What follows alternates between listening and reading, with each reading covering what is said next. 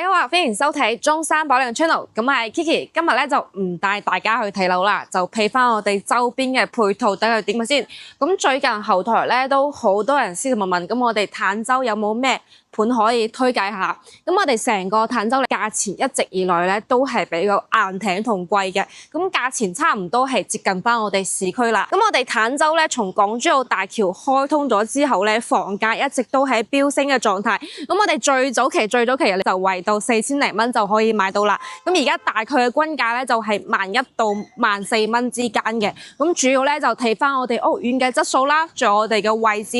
咁我哋越近我哋珠海咧，佢價錢係越貴嘅。咁最近珠海嘅屋苑咧就我哋第一嘉景康城，第二咧裕豐名門，第三咧就係中澳春城，加埋我哋呢個仲有少少貨量嘅一個優越城啦。咁都係喺我哋成個坦洲係非常之熱賣嘅。咁我哋今日咧就帶大家去兜下，從我哋優越城最旺嘅位置去到我哋周邊嘅屋苑咧，大概要幾耐嘅時間。咁可以睇翻啦，我哋成個優越城係我哋成個坦洲最大一個 shopping mall 嚟嘅。咁平時嘅衣食住行喺度基本都可以滿足到，睇戲食飯逛街按摩都可以喺度滿足到嘅。咁我哋對面咧就我哋一啲比較細型嘅燒烤檔啦。咁平時咧主要都係做夜市為主，咁晚黑咧就非常之旺同熱鬧噶。咁周邊停車嘅位置咧都係非常之多嘅。咁我哋側邊啦，仲有我哋地下停車庫咧都可以停到車。咁我哋優越城係成個坦洲最旺嘅地方啦，而且人口逛街嘅業態係非常之多嘅，所以我哋底商咧基本都係已經開晒啦。咁而家咧就係3點半嘅時間，所以咧好多店家咧都唔開鋪嘅。咁我哋圍到係午市咧就係11點半到2點半，咁晚市咧就係5點半到晚黑10點都係有開嘅，所以翻到嚟咧就唔使擔心話冇嘢食。咁坦洲嘅業態係非常之豐富嘅，特別係去到我哋14村啦，佢一條街咧全部都係一啲食街啊，即係可以自己想食咩就買咩嗰啲小店小攤嘅。咁呢邊嘅晚黑咧就特別之豐富㗎，飲酒食飯睇戲咧晚黑都可以去滿足到嘅。咁我哋而家事不宜遲啦，去兜下我哋周邊嘅屋苑度嘅點解先。咁我哋而家咧就喺優越城嘅位置，因為啱啱先太塞車啦，所以咧就要兜個彎啦。咁可以睇翻啦，我哋前方咧就我哋成個坦洲最大一個購物中心。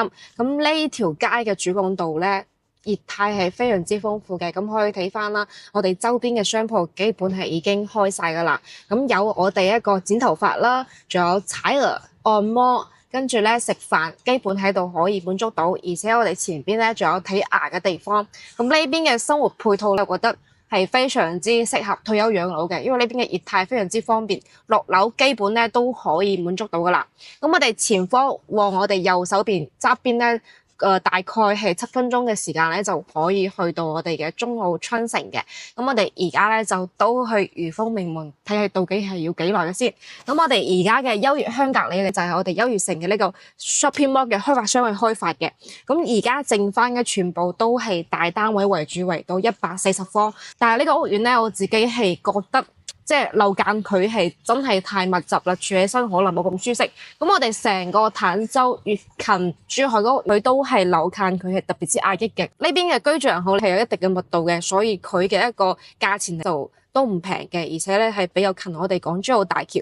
從我哋坦洲去到港珠澳大橋咧，就係15分鐘嘅時間就可以到啦。咁例如我哋珠海、金灣、斗門。佢都係去港珠澳大橋，差唔多都係要25分鐘到30分鐘嘅。所以點解話咁多香港同澳門嘅勞工咧就會揀呢個地方咧？因為呢邊嘅交通係方便嘅，即係翻港珠澳大橋係真係近嘅，就有關口。咁我哋而家轉個彎咧，前方呢個位置咧就係裕豐名門啦。咁裕豐名門咧，佢早期都係比較受爭議嘅，自賣唔租嘅車位，當時咧就好多人去抗議啊。抗議咗之後咧，而家都可以正常租俾我哋業主去使用嘅。咁坦洲嘅一個車位咧，其實係比較虛缺嘅。我之前咧就住喺坦洲啱啱嗰個前面屋苑咧，就叫金色棉都嗰邊嘅車位就真係好稀缺噶啦。我哋租嘅車位大概咧就係300到400蚊嘅，係幾分鐘嘅時間咧就到我哋裕豐名門。咁我哋而家再售咧就我哋26棟係最靠近我哋一個商業地嘅位置嘅。係，咁我哋再往前走咧就係我哋嘅嘉景康城啦。咁嘉景康城係屬於成個坦洲一個標杆項目嚟嘅。咁佢嘅交付標準咧係相當之高，咁細節方面咧都係非常之優勝嘅，咁可以講係吊打成個坦洲嘅一個屋苑啦。個物業咧都係非常之優秀嘅，因為我之前有個朋友咧就住喺嗰度係租嘅。當時咧佢飲醉咗酒，跟住佢話咧翻到屋苑樓下咧，保安哥哥就會送佢翻上去，所以嗰邊嘅物業咧係非常之好嘅。咁而且你而家係差唔多賣咗有10幾年噶，咁佢一期2期咧都係保養得非常之市正嘅。